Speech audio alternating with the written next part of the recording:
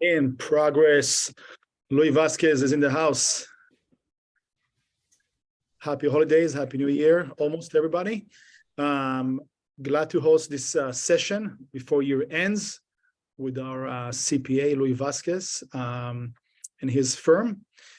Some good topics to discuss and go over. Louie is going to take the stage in a few seconds. This is not this is a advice from a CPA pretty much. We always say, like, I'm not a CPA, I can give you advice. So this is a CPA. They're going to give you some great wisdom, great advice, what kind of strategies and you should take, and what kind of deductions you should look at. Finishing 22 and stepping into another year ahead.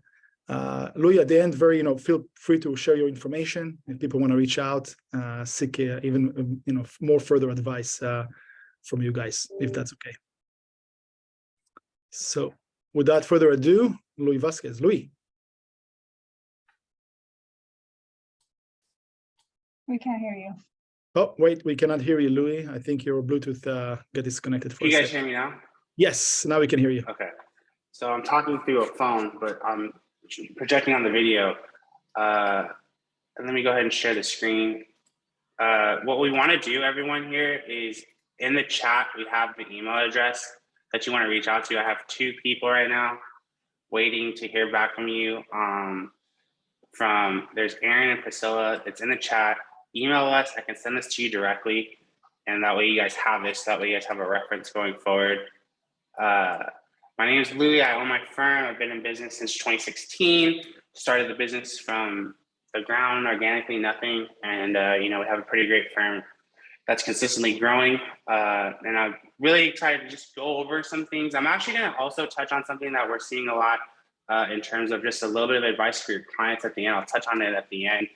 But let's just kind of get into this aspect of our business that we all thoroughly enjoy, taxes and accounting, the funnest part about being a business owner. So let's kind of dive into this, and then with a real intimate group setting here, if there's any like personal questions, I'll be more than happy to hang out and answer them. On here, our Yelp is essentially our website. I'm in the process of building up a firm in New York and Manhattan. I'm talking to you guys from Manhattan right now. But this is essentially our firm. We have a great page, great reviews. You'll very likely, if you go through the reviews, you'll see some fellow Keller Williams agents that are clients of ours in there. The first thing that's very common is essentially, what can I deduct, okay? We have, in alphabetical order, all of the deductions that exist essentially for a business owner, the most common, 70 of them. You really want to go through this and highlight, circle anything that you spend money on. If you spend money on any of these expenses, these are deductible, and you really want to take advantage of them. Not everything's going to apply to you with us being in the real estate industry, but this is a great starting point in terms of getting our chart of accounts set up and trying to pinpoint, what can I deduct and what can I not deduct. So this is a really good starting point for everyone here. Okay. So there is something called the Qualified Business Income Deduction, QBI, okay? IRC Section 199A. The amount of people that have missed this the past couple of years, ever since this came into play, the amount of people that missed this in terms of calculating this and taking advantage of it, it's a lot of money being left on the table. So let's talk about this deduction and make sure we're maximizing. Let's just make sure that we're taking advantage of this on our tax returns, okay? Before this came into play in 2018. Just follow me here. If I had income of $80,000 and I spent $20,000 on expenses, I would have taxable income of $60,000. I'd have taxable income of $60,000, assume a 25% tax bracket, I would owe $15,000. Okay, that's essentially how it works. I had income, expenses, and whatever was left, that profit number is what I would pay tax on. With this deduction, let's say I make that same $80,000, I spend $20,000 on expenses, so my taxable income is 60, same facts side to side. But what this deduction is it's a 20% deduction of whatever your profit number is. Profit is essentially income minus expenses. that number that's left over. You are supposed to calculate this, either you, your accountant, they should calculate a number there, and it should be somewhere around 20% of whatever our profit is. Now, if you have an S corporation, if you have an entity in place, the calculation is a little bit more complex. But for the majority of us here who don't have an entity in place, just 1099 filers, you calculate your profit, and then the profit number, there should be a deduction, qualified business income deduction of 20% of that profit number.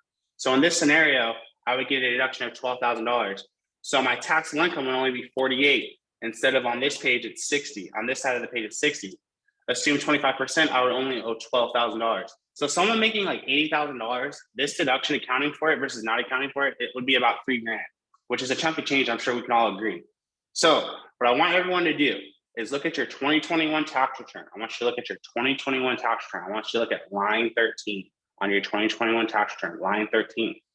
You should see that there, qualified business income deduction. Was there a number calculated on that line? If a number was not calculated, primarily with self-prepared tax returns, if you're doing your tax return yourself, then we have something that we definitely missed out on. Okay, so definitely look at line 13, and then going forward, ask, was my 20% qualified business income deduction calculated? Because this is a decent chunk of change. So as business owners, if this is calculated correctly, we only pay tax on 80% of our profit. Everyone else, the employees, etc., they pay tax on 100% of their earnings, okay? But business owners, we only pay tax on 80% of our earnings if this qualified business income deduction is calculated correctly. If I told you guys how much money's left on the table in terms of us amending and getting the money back, you guys wouldn't believe me, okay? The next thing that is very confusing, that isn't really straightforward, is this: should I take the standard deduction or should I take the itemized deduction? Okay, and which one you should choose can really play into things. Now, everyone that has a social security number or some sort of tax identification number, we all get what's called the standard deduction. So if you're single, you get $12,950.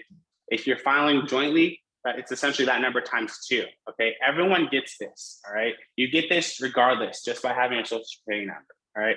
Head of household, if you're claiming a child, if you're single claiming a child, that number is another number. I don't know what it is off the top of my head.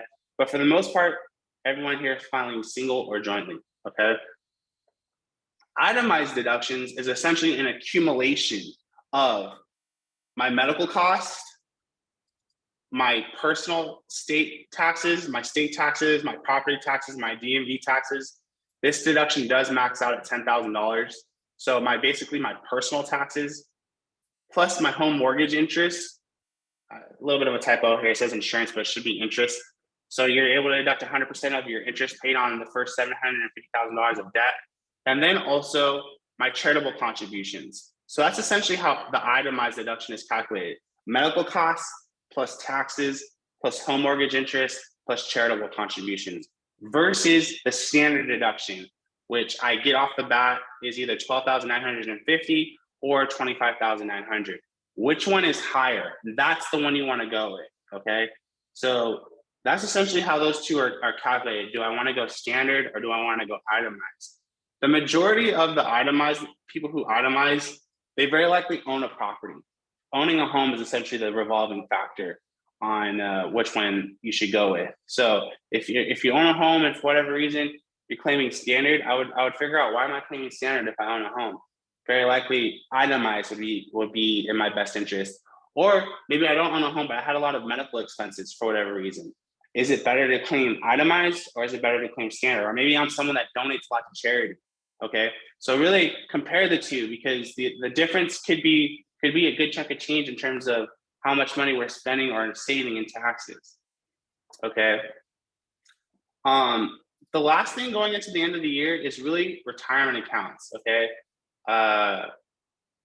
Really, retirement accounts is essentially shifting money. It's just transferring money from one bank account to another.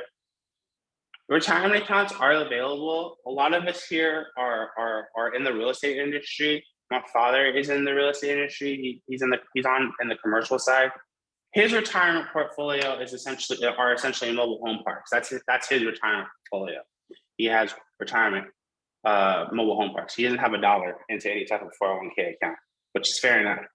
But as business owners, there's something called the SEP IRA. If you have excess money and you want to put it into some sort of retirement account, what's cool about a SEP IRA is you essentially, if either you have an S corporation, or if you don't, if you're just operating as a 1099, you have until either 10/15 or 9/15 of 2023. So you have until either September 15th of 2023 of next year, September, if you have an entity in place, or October 15th of next year, that you can put into a SEP IRA, and you can take that contribution as a deduction, even though we're doing it in late 2023, if we're on extension, that would apply to this year, 2022. So there's a lot of time here for you to accumulate cash, kind of look at your finances until essentially September or October of next year, and figure out, do I want to contribute to a SEP IRA, not a traditional, not a Roth, a SEP, and have that contribution in late 2023 apply to 2022 this year. It's essentially a retroactive conversion, which is pretty cool. Okay. And then if you have an entity in place, I would probably look into some sort of solo 401k if you have the cash. So these are retirement options that you do have in place. Another option would be, if building up a real estate portfolio, which I'm a big fan of and I really like. But this is just additional options. If you really had a good year, you really crushed it. I'm looking at taxable income. What more can I do? What are your options these are your options in terms of simply just transferring money from one bank account to your retirement bank account and getting a deduction for that. So the SEP IRA and solo 401ks are something to really look into if you had a really good year and you're looking to just really make a dent in that liability. And then the last thing, really, just before I go into kind of something, just a little bit of extra juice for you guys, is really the best thing you can do is separate. Okay, separate. All right. It's really hard to go through your expenses kind of right now, year end. It's really hard to go through it if we have it all in one bank account. Okay, if we have all of our business expenses and personal expenses all in one bank account, it's really, really hard to go through everything. Okay, what I would really encourage everyone to do is to have one dedicated bank account for my business expenses and one dedicated account for my personal expenses, whether that's a business credit card, a business checking account. It doesn't even need to be a business. It just separate them. Have your expenses for your business and have your expenses for yourself personally. If you can separate that, it makes the accounting and going through everything so much easier. It's nearly impossible to figure out what's business and what's personal if it's all through one bank account. So this is one of the best things that you guys can really do going forward. So that's pretty much just a quick year-end tips of what we can do before the end of the year. The last thing I do want to talk about is there seems to be quite a bit of misunderstandings on the principal residence exclusion, and I do want to go over that. Let me just pull this up. 1 second.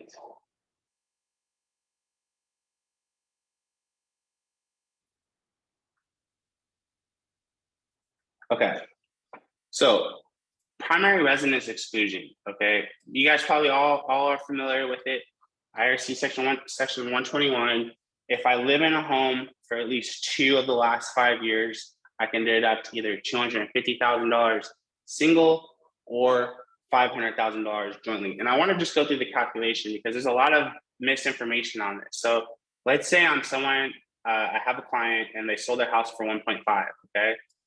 The first thing you want to do, this is essentially the calculation. This is how we calculate it on the tax return. The next thing you want to do is you want to subtract the purchase price, the original purchase price. Okay. When you're calculating the capital gain on the sale of a primary residence, the capital gain calculation, we don't take into account the loan. The loan is not relevant. You're essentially taxed on the appreciation of when you buy the property to what it's worth now. You're not necessarily taxed so much on all the equity you built in. You're just taxed on the appreciation, okay? So the first thing you want to do is subtract the original purchase price. All right, so 1.5 minus 550, I have $950,000 before closing costs and improvements. The next thing is all of the closing costs, that escrow statement with all those closing costs. We use that. 95% of the expenses on that piece of paper, on that closing statement, are deductible. Escrow fees, title fees, fee for this, fee for that. Those are all, for the most part, 95% of it are deductible to the seller, okay? So in this scenario, we have, I'm just assuming about $116,000. It's usually about 7% of the purchase of the closing price. 7% is the closing costs, okay? So now I'm down at 833. Then the next thing is all of the home improvements made over the lifetime, okay? The best thing you can tell your homeowner clients is make some sort of folder, have some sort of organization, and all of the improvements that you're making to the property over the lifetime of ownership. It's deductible in the year you sell it, okay? It's not deductible. If I bought a home this year and then I decided to put $30,000, $40,000 into the home for a new pool and a new kitchen, I don't get a deduction for this in 2022. But when I sell the property in 2030, 2035, down the line, when I sell the property, all of those expenses come into play. And if you don't have good record keeping, it's really hard for me to report stuff, because if we get contested, we're gonna run into problems. So you really wanna keep track. You want your homeowners to keep track of all of the improvements that are being made over the course of ownership of their primary residence. This isn't a rental property. With the rental property, all of that's essentially deductible year in, year out. So you better be keeping track of it. But with that primary residence, you want to keep track of everything, so that way when it's times to sell, all of those improvements come into play and they're factored into this deduction. So you start with the sales price. The first thing you subtract is the purchase price. Then you subtract the closing costs. Then you subtract the improvements. And that gives you to the gross capital gain before the principal residence exclusion. So in this example, let's assume that the homeowners are married. So I would have a principal residence exclusion of $500,000. So my net taxable gain, even though I bought the house for $550,000 and I sold it for 1.5, okay? Even though I basically made $1 million on over the lifetime of owning this property, my capital gain that's actually taxable is only $84,000. That's all I'm paying tax on, okay? And then you're only paying long-term capital gain for the most part. You're only paying long-term capital gain rates on that appreciation, on that capital gain. You're only paying long-term rates, which is either 15% or 20%, depending on how much money you make. In this example, I'm just assuming 15%. You're not paying it in the 24, 32% bracket that your income is likely in. You're paying it based off of whatever capital gain rate you're in. And then California doesn't have any capital gain, special capital gain rates. California is probably about 9.3. So in this scenario, this person would only owe about 20 grand. Okay, they'd only owe 20 grand on this scenario. This is all calculated correctly. And then in terms on the cash flow, this is essentially the true, like what's actually happening with the money. Assuming the property's paid off, I sold it for 1.5, closing costs are taken out. I would have 1.3 in cash flow before taxes. I'd pay my long-term taxes. So my take home, my net take home in cash is 1.3. So in reality, after taxes, I'm making 1.3. I'm making 1.3 in reality. That's essentially the money in the bank after I pay my taxes. I have 1.3 on this property, assuming it's paid off. So there's two calculations. There's a cash flow calculation, which is essentially reality. That's reality. Cash flow is reality, okay? What's happening to my bank? That's reality. But this capital gains calculation, this is essentially a special calculation that's for the taxes. And you can see it's very, very special. Now, this only applies if I live in the house for at least 2 of the last 5 years. I have to live in the house for for 24 months over the last 16 months. What if I have a client that bought a house and then they ran into a situation where they're getting transferred? Their job is requiring a transfer, or we're going through a divorce, or we're running into a situation where we're laid off and I'm forced to sell. Some sort of reasonable cause. There needs to be some sort of reasonable cause. And the IRS is actually very understanding for a lot of situations. So if I live in the house for less than 24 months, okay, There's something called the partial principal residence exclusion. So I lived in the property for less than 24 months. Okay, I lived in it for a year. I lived in it for 20 months. I didn't meet that 24 month. You are not excluded completely from this this principal residence exclusion, the 250 or 500.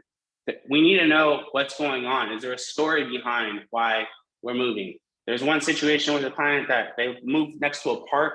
Turns out they're allergic to like the grass or something like that, some sort of chemical. And the doctor recommended them to move. And they were only in the property for 6 months, okay? What's going on that's requiring us to move? A divorce, a life change, a financial change, a job relocation. We could qualify for a partial exclusion. And essentially the partial exclusion is a prorated amount of the exclusion. So if I lived in the property for 12 if only I lived in the property for 12 months, the requirement's 24, I would get 50%. I've lived in the property for 12 months, the requirement's 24 months. I essentially lived in the property for 1 year, the requirement's 2 years. I lived in the property for 50% of the exclusion. I would get 50% of the exclusion. So if I'm married, filing jointly, instead of getting 500, I would get 250. So the amount of tax returns we amend because the partial exclusion is omitted or missed, it's a lot of money that really adds up. So this partial residence exclusion, I hope this provides some clarity to you guys in terms of how this works. Okay. Going into the end of the year, this is about, going into the end of the year.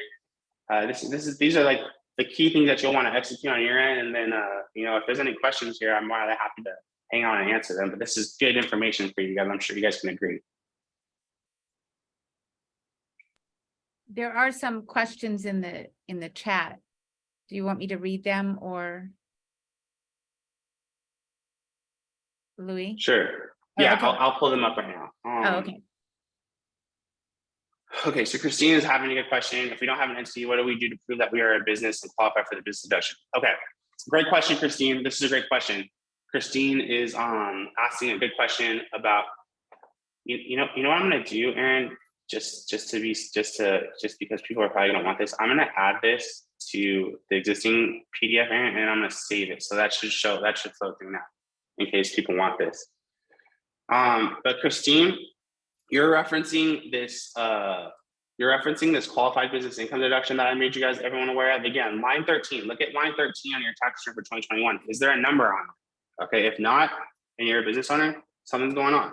So if you don't have an entity in place, that's no problem. What's happening is if you're a business owner and you don't have an entity in place, you're gonna get a 1099 at the end of the year, showing how much money you made from your market center.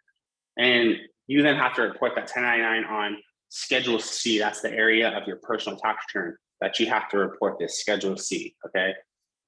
By reporting income and expenses on Schedule C, that basically tells the government, that basically tells your tax return that you're a business owner, okay? And then this 199A, this 20% qualified business income deduction is then calculated. The most common scenario where we see this missed for someone that doesn't necessarily have an entity in place are whenever someone does their personal tax returns on their own. That's the most common theme when you're trying to do TurboTax, trying to do it on your own, and you just don't know, you just missed it, okay? Because TurboTax isn't automatically calculated for you. But the majority of tax preparers, their software should calculate it. Then the next question is, do we maximize December? So Christine, that's a great question on your end, okay? Robert, don't you have the purchase price closing costs the basis? Yeah, Robert, I have, that's essentially the closing costs I have here. I have the closing costs essentially allocated here, correct? You're correct, Robert. Thank you for clarifying that. I have the closing costs on here. And Alyssa, you have our contact information is at the top. If you want to look at that, our contact information is at the top of this chat. Okay, Kimberly Rose has a good question. Advice on how much to save for each commission for taxes in California. Okay, so what I'll show you guys and what I will say is, okay, IRS is going to tax you about 25% of your, I would say about 20% of your commission. IRS is going to tax you about 20 to 25. Let's say 25 to be more conservative. IRS is going to tax you 25%. California has this 9.3% tax rate, okay? California, if I'm single, there's this huge 9.3% tax bracket. Anyone making anywhere between really it's 8% is where it starts, 8% to 9.3. If I'm single making at least 48,000 all the way up to 312, California is going to tax you anywhere between 8 to 9.3. So if I'm single, and then if I'm married filing jointly, this bracket is a little bit wider. But this 9.3 bracket is essentially 122 to 625. 8% is 97 to 122, and then 6% is 70 to 100. So I would say you should have 25% withheld for IRS on your transaction. And then for California, I would have another 9%. So probably about 35% to be safe is what I would have withheld from the transaction, 35%.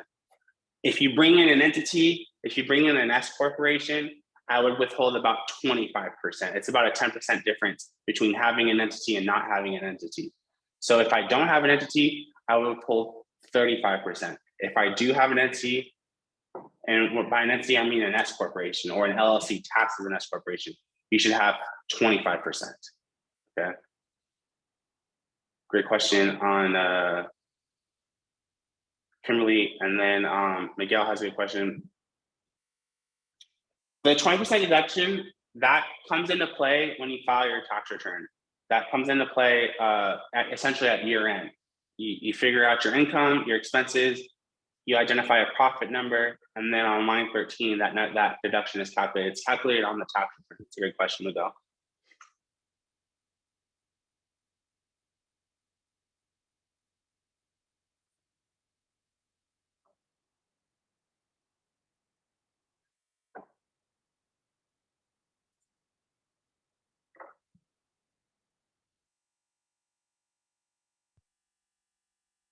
And then when you reach out, we'll send you a copy of that calculation of the principal residence exclusion, because what's missed on that, it's a lot.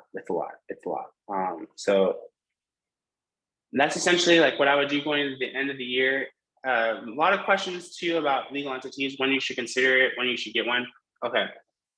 The only entity that's going to ever save you money in terms of taxes is the S corporation. That's the only entity. LLCs don't do anything for you. The LLC needs to be taxed as an S corporation in order for it to do something. A regular LLC doesn't do anything for you. A C corporation doesn't do anything for you. A C corporation actually pay more tax than if you didn't even have an entity. The only entity that's going to actually save you money is the S corporation. Okay. You should start looking into this when you're making about $60,000. When you're making $60,000 of gross commission income, that's when you should really start looking into it. Okay, probably even like 40 grand. 40 grand is when I should really look into an S corporation. Okay, really start looking to pull the trigger when I'm on pace to make 60. When you start making six figures, when you graduate to the six-figure area, a big problem that you're going to have is no longer, you're kind of figuring out how to generate income. You're building up a client list. You're building up a sphere of influence. Now, one of your biggest problems is taxes. You definitely want to pull a trigger on getting an entity when you're on pace to make $100,000, because the difference between having it once I'm at 100 grand, the difference between having it and not having it is very likely going to be $10,000. Okay, and then as you make more and more money, I literally just talked to someone before here that made about 200 grand. And the difference between having the S corporation and not having the S corporation off just $200,000 was $25,000 in taxes saved.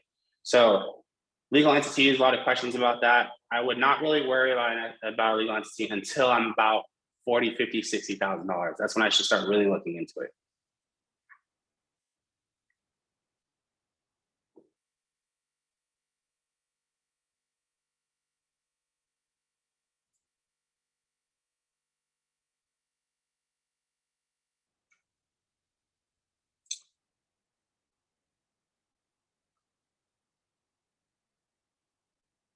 That's pretty much it on my end, you guys. It's 30 minutes of really good content. And then I'll hang out. If anyone has any more questions, we'll hang out for a second.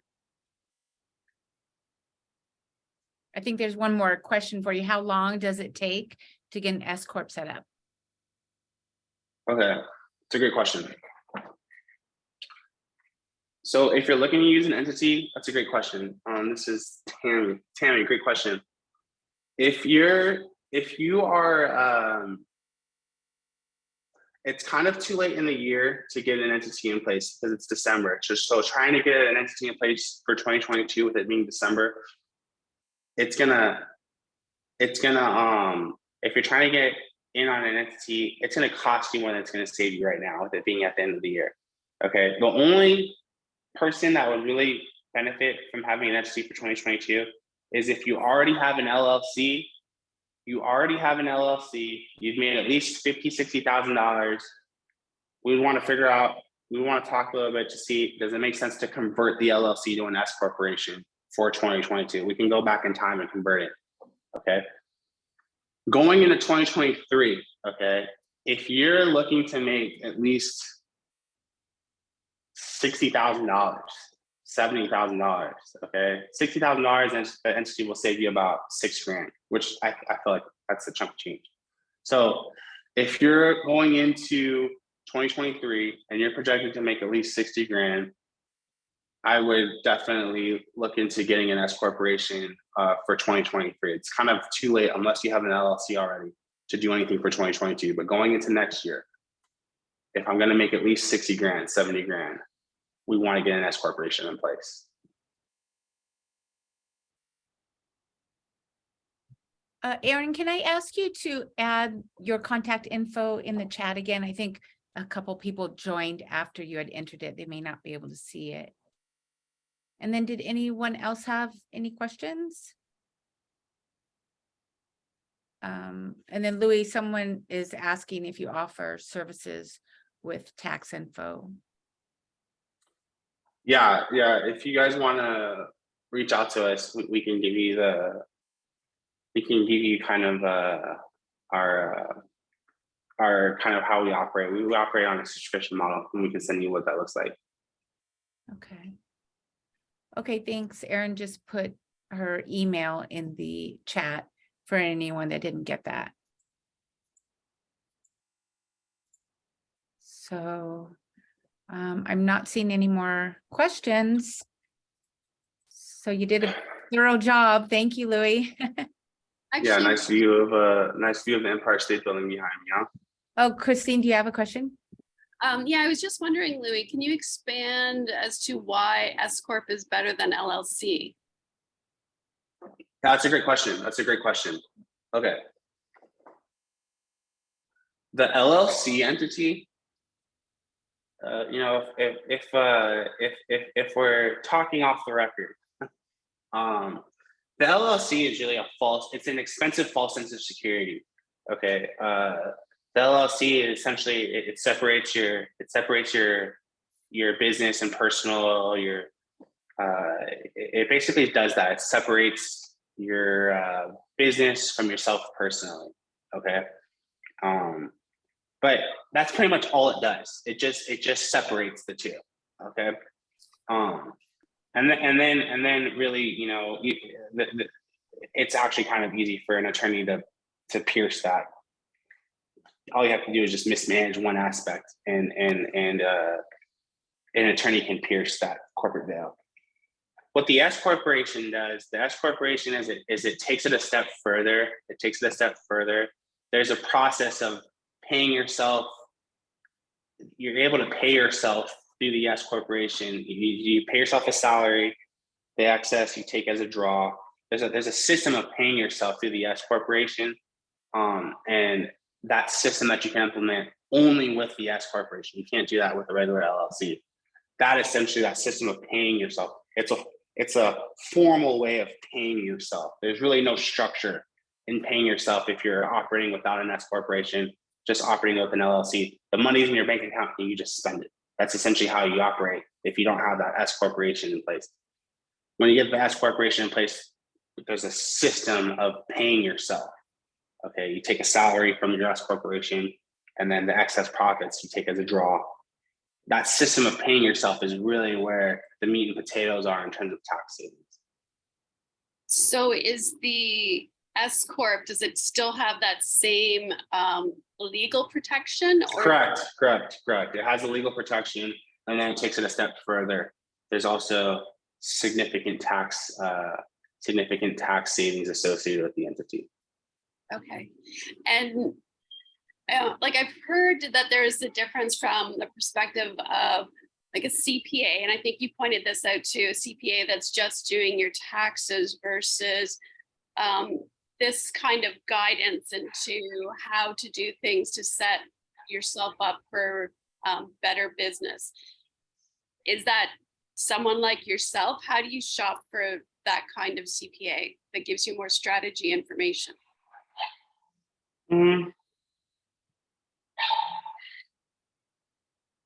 I would really base it off of an accounting firm that is someone to work with. I really just base it off of like kind of it's just like with anyone that you're working with. It's finding an accountant at the beginning. It's like a personal trainer almost. It's like a personal trainer. You're learning how to exercise efficiently. We're all going to provide the same. We're all preaching the same from the same Bible essentially. We're going to help you be more proficient in how you're operating in terms of a tax and accounting standpoint. And then, it's just as you're making more money, are you still getting, hey, we should convert this LLC to an S corporation. Here's why. Hey, we should look into, this type of solo 401k, or hey, we should look into a man. Like, are they as you're making more money, are you getting that additional critique? And if you're not, you're very likely leaving money on the table. So if this is your first time looking for an accountant, we're all saying the same thing. It's just as you make more and more, your problems get bigger. And then it's just a matter of like, what more can we do? Thank you. Speaking of problems getting bigger, for real estate agents who are also investors, I've heard some talk on the web, and I don't know how legit this is, where it's beneficial to have each property that you purchase put into an LLC, and potentially, I forget what it is that you can have set up in other states. I think it's a trust in another state, so your name doesn't actually get associated to the property at all. As an LLC, have you heard of that? Or yeah, that's typically with properties. Okay, it's a matter of like how big the portfolio is, because typically with properties, 1, 2, 3, the amount of money you're making in relation to what it's costing to keep the property, the majority of people are barely breaking even, maybe a small profit. So to go into all of this extra fees for a trust, an LLC, etc., is the juice worth the squeeze? Okay, if you have quite a few properties in place, yeah, it probably does make sense. But for the majority of properties, you're not necessarily making so much money on the cash flow month to month. Where you're making money is the appreciation of the property from when you bought it to like what it's worth. You're making more money on the equity side. So if the cash flow is there and the juice is worth the squeeze, sure, those are all great. The biggest thing that I would really tell someone that's that has a portfolio, there's something called a cost segregation study. That's what you want to look into to figure out, does that make sense? The cost segregation study is what you really want to look into.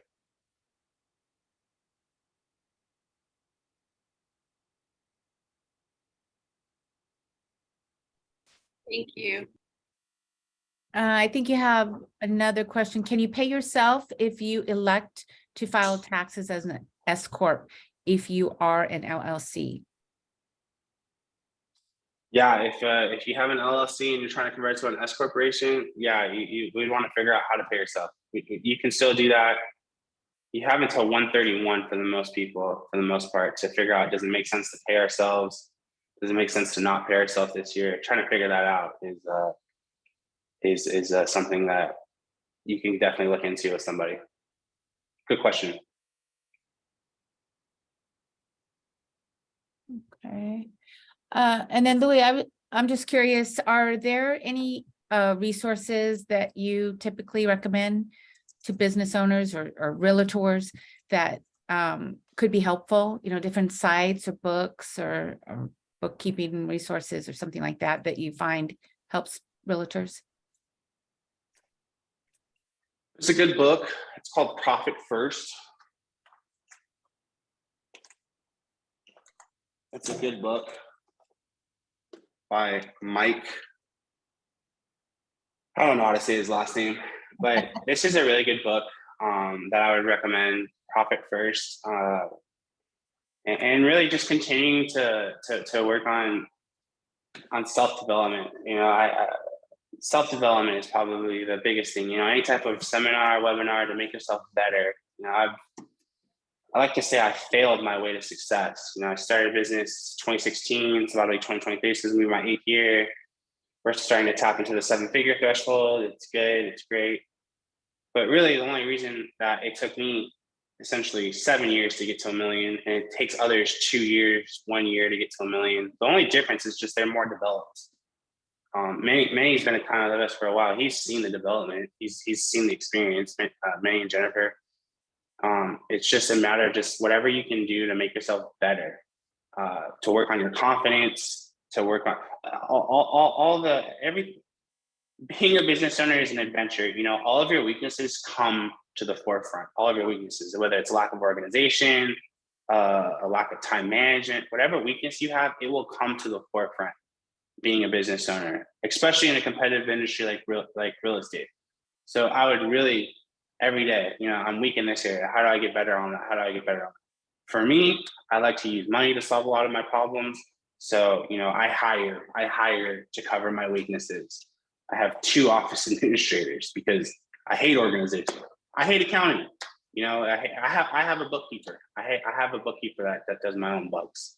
You know, so all of the aspects that you don't like, really figure out how do I become better at doing it, or delegate it to somebody, and then really focus on what everyone here is very likely good at, is the aspect of some sort of sales aspect. You know, how do I become better at sales? I like Grant Cardone. I'm a big disciple of Grant Cardone. I just sent my staff to the 10X conference in Arizona. So constantly, what can you be better at? But in terms of a good book, in terms of finance, this is a good one. This is really good. I really like what this talks about. Yeah, that's a popular one in our crowd. Okay, well, thank you so much. Is that it for the questions? I know you gave us a lot of content. And then did you mention what you had said at the start about a nugget that they may be able to pass on to their clients? Might have been wrapped up in some of the other content you talked about. Let's close is what you want to tell your Okay. clients. Purchase it. All righty. Okay, well, thank you, Louie. Thank you, Aaron, and thank you everyone for joining. All right, everyone, we'll be in touch. Okay, and the contact info is in the chat if anyone still needs that. Thanks, Louie.